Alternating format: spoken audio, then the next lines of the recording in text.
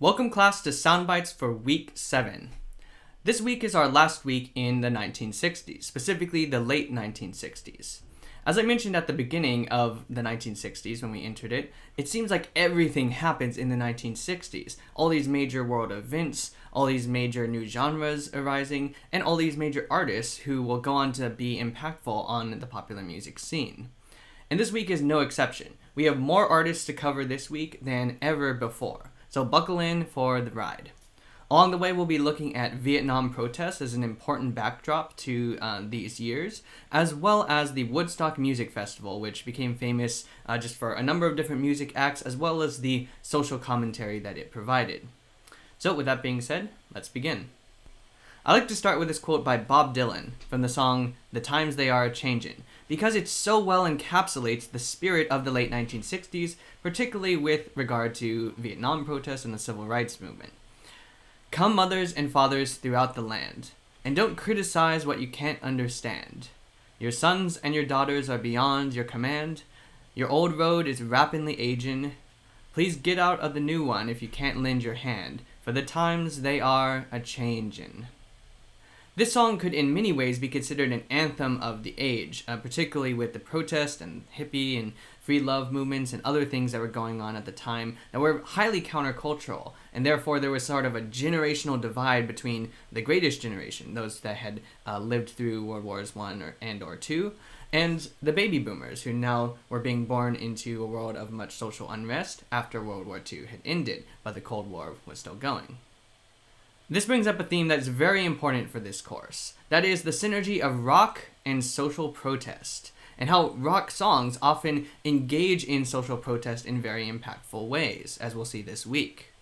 Specifically in the late 1960s, we're looking at protests in the context of the Vietnam War, which really just was a shadow looming large over all the 1960s, even through to some of the 70s. Now, there are so many artists that we could cover in this period, or that were writing protest music or some sort of countercultural music. However, I'm choosing to focus on 6, which, yes, is still a lot. We have Bob Dylan, John Lennon and Yoko Ono, Jimi Hendrix, Grace Slick of Jefferson Airplane, Carlos Santana, and finally, entering into the 70s, Marvin Gaye. In 1965 through 1968, protesting the Vietnam War became a major countercultural movement in the United States, especially after the Tet Offensive proved that the war was not being won as handily as the US government was letting on to the people. Now, Vietnam protest movement really started on university campuses, as many protest movements do, specifically from Students for a Democratic Society, and it started in 1965. Now, this involved students, intellectuals, of course, academics, professors, but also people like artists, musicians, hippies, and people who are involved in countercultural escapades of all sorts, including psychedelic drug culture. Now, in 1967, the protest became especially visible as 100,000 people marched to protest at the Lincoln Memorial in Washington, D.C., and then 30,000 went on to protest at the Pentagon in what became a rather storied night of protest there on the grounds. Another highlight was Martin Luther King Jr. joining opposition to the Vietnam War, as he called it a blasphemy against all that America stands for. Now, as we'll see, the Vietnam War's protest activities inspired countless hit songs, especially in the folk music genre. So this gives folk music, folk rock, and even rock music in general, an association with protest and with writing protest anthems. So songs like Bob Dylan's "The Times They Are Changin'," songs like John Lennon and Yoko Ono's "Imagine" become really anthems for social protest and social change. Thus begins an association between folk rock, and even rock music generally with social protest, with a number of social anthems like Bob Dylan's "The Times They Are Changin'," John Lennon and Yoko Ono's "Imagine," being strong protest anthems within the society at the time. In 1973, the Paris Peace Agreement brought an end to the Vietnam War. However, the protests against it continued the entire time, from 1965 through 1973. This left nearly a decade of material from an artistic perspective, especially from rock music, creating songs of protest against the Vietnam War, and in artistic disciplines and social movements of all types. Now let's set up our first artist of the week, Bob Dylan. And I'm going to go pretty quickly through these because we do have 6 artists to cover after all. In the 1950s to the 1960s, there was a folk music revival in the United States. Now, folk music had somewhat of a bad rap because of being investigated by Senator Joseph McCarthy as part of the Committee on Un-American Activities. You might know this committee is the one that is basically going on witch hunts to find communists in various sectors, and folk music was one of the areas that they were looking at. However, this folk music revival was largely in part due to the Kingston Trio, an artist of an ensemble of singers and acoustic instrumental players, and their single Tom Dooley made folk popular again. Now, the Kingston Trio's sound emphasized the voice, like natural sounding voice, acoustic instruments, so not electric guitar or things that are plugged in, not drum set that is very loud, but just a more stripped back, simpler acoustic style. And it emphasized storytelling, the role of music to be able to tell a story, as Tom Dooley does. And overall simplicity in terms of other musical parameters, like chord progressions or rhythm. Now, the folk music singer Robert Zimmerman, who became known as Bob Dylan, moved to Greenwich Village in New York and became quite popular there. And his songs, such as The Times They Are Changing, showed that social issues could be tackled head-on through music and through song. However, there was an event in 1965 at the Newport Folk Festival. So Dylan was there as one of the headline singers, but to the surprise of many, he plugged in an electric guitar and began playing his set. This generated the fusion that came to be known as folk rock, that is, taking elements of folk music but combining it with electric guitar and other band instruments that are more typical of rock music. So for those attending, either to their horror or delight, many fans were cheering and wanting him to play more of his songs on electric guitar or even cover the Beatles songs. And then other folk artists such as Pete Seeger were running away with their ears plugged or trying to take refuge in their cars to escape the electric sound. So to many, this is often portrayed as a big turn in Bob Dylan's direction as he went electric. However, if you pay attention to Bob Dylan's main influences, you'll see that they include many 50s rock and roll artists, such as Bo Diddley, B.B. King, Little Richard, and especially Chuck Berry. Bob Dylan's poignant, poetic lyrics and his electric guitar playing that was influenced by blues is in a lot of ways very reminiscent of Chuck Berry. Later in life, Bob Dylan converted to Christianity in 1978 in a rather visible way. He also talked about this experience in the song, You've Gotta Serve Somebody. And then also, more recently, Bob Dylan was awarded the Nobel Prize in Literature for his lyrical writing in 2016. So his influence remains still one of the most impactful on the current popular music landscape. Now let's talk about John Lennon and Yoko Ono. So the band The Beatles broke up in 1969 due to disagreements about business and management and especially money. Each member then went on to have their own solo career. So just as a sidebar here, we covered the Beatles at the start of the British invasion, which was several weeks ago for us, but actually they only arrived in the United States in 1964.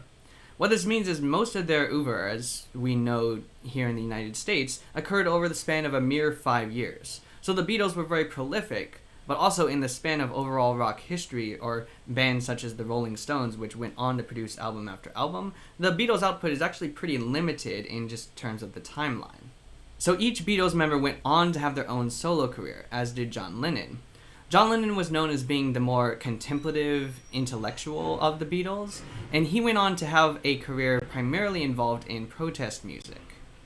John Lennon and Yoko Ono had met prior to the breaking up of the Beatles, and they got married on March 20th of 1969 in Gibraltar, near Spain. They then had a week-long, very public honeymoon as a bed-in protest for peace held in Amsterdam. This related to the Vietnam War, but also just all sorts of social issues worldwide. In 1971, the two produced the song Imagine, which became a hymn for peace. Now, this song was inspired by Yoko Ono's poem Cloud Peace in her collection Grapefruit. In later years, John Lennon admitted that the lyric form, imagine this, imagine that, as well as the concept of envisioning a world that was free of conflict, came from this poem of Yoko Ono's. However, he omitted giving her credit at the time.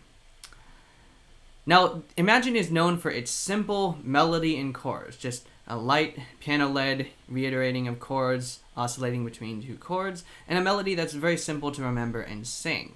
It's piano-led, and in that way it has some influences from a folk style, and this is to help direct the listener's focus purely to the words. Another song that is of Vietnam War protest subject matter is Happy Xmas, War is Over. This one also utilizes pretty simplified musical parameters, as well as a children's chorus to give sort of a sense of universality and perhaps innocence. Next up is Jimi Hendrix, who is one of the most skilled and influential electric guitarists in history. The main comparison that we know so far would be to Chuck Berry, but honestly, Jimi Hendrix might even be more skilled and influential than Chuck Berry. Now, Hendrix cultivated both white and black audiences in his playing. However, he found that he was never fully accepted by either, a theme that will be further explored in one of the articles this week. Now, as we read from Jack Hamilton's article, Jimi Hendrix is often considered an exception in rock music history as a black rock star. But this is due to color erasure, or the wiping away of influential black musicians and black musical traditions and styles from the history. And so only because of color erasure can Jimi Hendrix's placement, for example, in the Woodstock Music Festival, seem exceptional.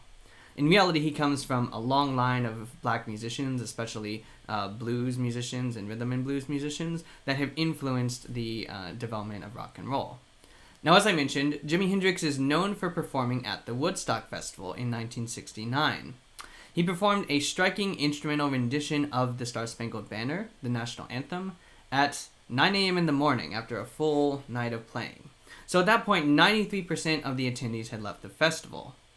However, for the 7% who stayed, Jimi Hendrix's performance of the national anthem became seared into their memory as one of the most memorable events from the festival. Now, Jimi Hendrix's performance was tacitly understood as being subversive protest of the Vietnam War in particular. So while playing the song and tracking along with the lyrics, there were certain parts, such as the rocket's red glare, when Jimi Hendrix would veer off away from the main melody and go into a searing string of electric guitar effects. And these sounds would represent the sounds of screaming jet planes, bombs falling, screams from bystanders. And in this way, the performance was interpreted as a critique or a subversion of pure patriotism. Jimi Hendrix also quoted Taps, the military funeral song, which was taken to be a reference to how many American soldiers had died in the Vietnam War. Now, much like the Woodstock Music Festival itself, Jimi Hendrix didn't set out here in this performance for the purpose of protesting Vietnam or critiquing the United States, but it was very much just in the milieu of culture at the time. So therefore, it was tacitly understood to have those subversive overtones, even without the direct comment or challenge. Now, many people have the misconception that this performance of Jimi Hendrix's was either completely improvised or debuted at the Woodstock Music Festival, but this is not true. Hendrix had previously played this arrangement of the national anthem on other concerts and other sets, and on those sets he titled it "This is America," which I think speaks more to his perhaps tacit subversive intent in this performance. You might also notice there's some legacy here, as there's a song now by Donald Glover called "This is America" that has become quite well known today. Next we turn to Grace Slick, one of the lead vocalists for the band Jefferson Airplane. While Bob Dylan or John Lennon or even Jimi Hendrix were more openly critiquing the Vietnam War, other artists like Jefferson Airplane subverted the mainstream culture by presenting a counterculture, in this case through psychedelic rock. Now, psychedelic rock musically primarily draws on blues traditions and folk rock traditions, but in terms of their lyrics and subject matter, were more strongly associated with drug use and drug culture, as well as hippie themes such as the free love movement, such as in Jefferson Airplane's song "Need Somebody to Love." The band's song "White Rabbit" is a famous one that is based on the story of Alice in Wonderland. There's an abundance of psychedelic imagery, perhaps suggesting drug use, such as the lyrics of some mushrooms. One mushroom makes you taller, the other mushroom makes you smaller. However, in her commentary, Grace Slick had cited instead the meaning of these mushrooms and of the story as being that of courage or curiosity, following the lesser trodden path, and a general anti-establishment sentiment. She also noticed that many songs use such poetic imagery that's not necessarily as literal as the mushrooms being drugs. So Slick tended to downplay the drug use themes in White Rabbit. However, in 1969, President Nixon's war on drugs began. And this brought a lot of political scrutiny towards the psychedelic rock movement and the hippie counterculture in general. Now, the song White Rabbit especially was cited as an example of drug use in popular music. The Vice President Spiro Agnew blasts White Rabbit specifically, along with I Get High with a Little Help from My Friends by the Beatles, at a Republican fundraising dinner. They were joined in their critique by the famous broadcast personality, Art Linkletter. And because of this joint attack on psychedelic rock and drug counterculture, psychedelic music greatly waned into the 1970s. Starting from 1970, in fact, under a great deal of political pressure and petitions from listeners asking these songs not to be played, radio stations began to ban White Rabbit and I Get High with a Little Help from My Friends, and other such songs that had psychedelic overtones, such as Jimi Hendrix's Purple Haze. So I like to highlight Grace Slick as significant, not only as a female rock artist during this time, but also for the way that her music engaged in this countercultural subversion, especially at a time where there was great pushback against psychedelic drug culture. And finally, last but certainly not least, we have Marvin Gaye. In the early 1960s, Marvin Gaye got his career started as a Motown's record star, so we could have covered him earlier in the course. However, I wanted to cover him here specifically for his album What's Going On, and how that contributes to the idea of protest music. Now, Marvin Gaye was a mentor to Stevie Wonder, and Stevie Wonder looked up to Marvin Gaye. So we covered Stevie Wonder last week, and now this is making that connection. After Gaye's regular collaborator Tammy Terrell died suddenly and tragically, this forced a shift in Gaye's artistic trajectory and subject matter within his music. You may know their collaboration Ain't No Mountain High Enough, which has an overall uplifting and bright tone. This is, however, very different from the album What's Going On. Marvin Gaye conceived the album based on his brother's return from fighting in the Vietnam War and seeing how it impacted his brother and all those around him, including the cities and the communities in which he lived. The album and the single are an introspective summary of all this unrest, social unrest, and political protest in the late 1960s. So in other words, this activated Marvin Gaye as a politically interested and commentating artist. Now, Motown Records founder Berry Gordy Jr. refused to produce the record at first. This is because he said Motown Records didn't do political commentary or social protest. He thought that it was too risky and that it would ruin his artists' careers that way. So instead, much like Stevie Wonder later did, Gaye chose to self-produce the album, producing the single, which became incredibly influential. Now, what happened is because of the success of the single, this basically forced Berry Gordy's hand into saying, okay, yes, you can produce this album yourself at Motown Records. And so that way he kept Gaye's association with Motown Records. If you hear parallels to last week's material here, you would be correct. Because Marvin Gaye's self-actualization in gaining creative control for What's Going On later enabled Stevie Wonder's own creative control crusade just a few years later. What's Going On is one of the most influential and impactful albums in rock music history. We can think of it as an early predecessor of the concept album. That is an album, in this case, based around different types of protest songs. For example, we have Mercy, Mercy Me, which is about environmentalism. What's Going On, which protests the Vietnam War and also police brutality involved in the civil rights movement. And then also Inner City Blues, which speaks of urban discrimination and redlining, economic injustice and inequity, especially faced by Black Americans. So this album has lasting influence of protest in rock and roll, hip-hop, and rap, all these genres which now become highly socially active, but Marvin Gaye was one of the first and most powerful voices to have done it. But when talking about glam rock, the undisputed ruler has to be David Bowie.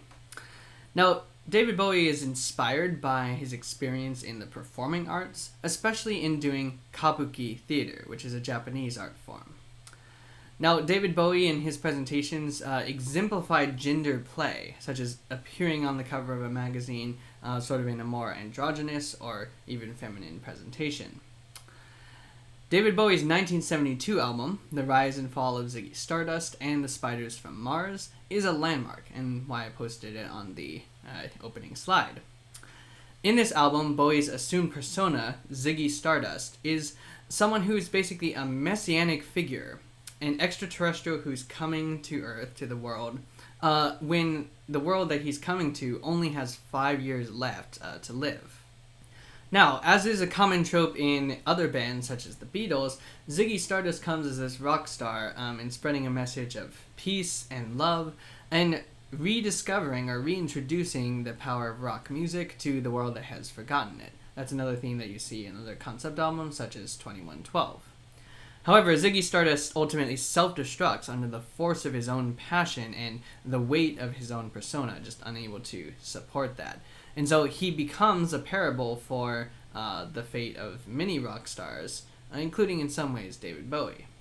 We can also see this as analogous to the glam rock genre as a whole, which burned brightly for maybe 5, no more than 10 years, but ultimately sort of burned itself out in a blaze of glory, although its influences remained. So glam rock in its own way emphasized rock as an art form, a performing art form. But as in so much of theater, there's this theme of ephemerality, the fact that it's only temporary and only to be seen for a limited time. And so this ephemerality of art, so goes the readings that many have done of the album, is why Ziggy Stardust must ultimately die within the course of the album. Now, like Freddie Mercury, David Bowie incorporated a wide range of musical styles. And this is because his music, and glam rock in general, is defined more by the look rather than the sound. So as an artist, he could be versatile and sculpt his sound in different ways to match the story at hand. Now, David Bowie and Ziggy Stardust, as well as glam rock in general, helped to advance music as a storytelling medium that could portray sophisticated messages. Granted, not as complex as the level of prog rock and things like 2112, but in their own way. Like when you listen to the Ziggy Stardust album, I think incorporating quite a bit more complexity than just a series of catchy songs. But if there's anything that's true in the history of popular music, it's that the center, the status quo, cannot ultimately hold. We see a pendulum back and forth, particularly between simplicity and complexity, and we'll see this play out in different ways over the next few decades. That's going to do it for today's Soundbites video, but I think it sets you up well to engage with the rest of this week's assigned materials, whether it looks at Bob Dylan or John Lennon, the Woodstock Music Festival, or Marvin Gaye. So, I hope you have a good time engaging in those materials, and I will sign off and say bye-bye for now.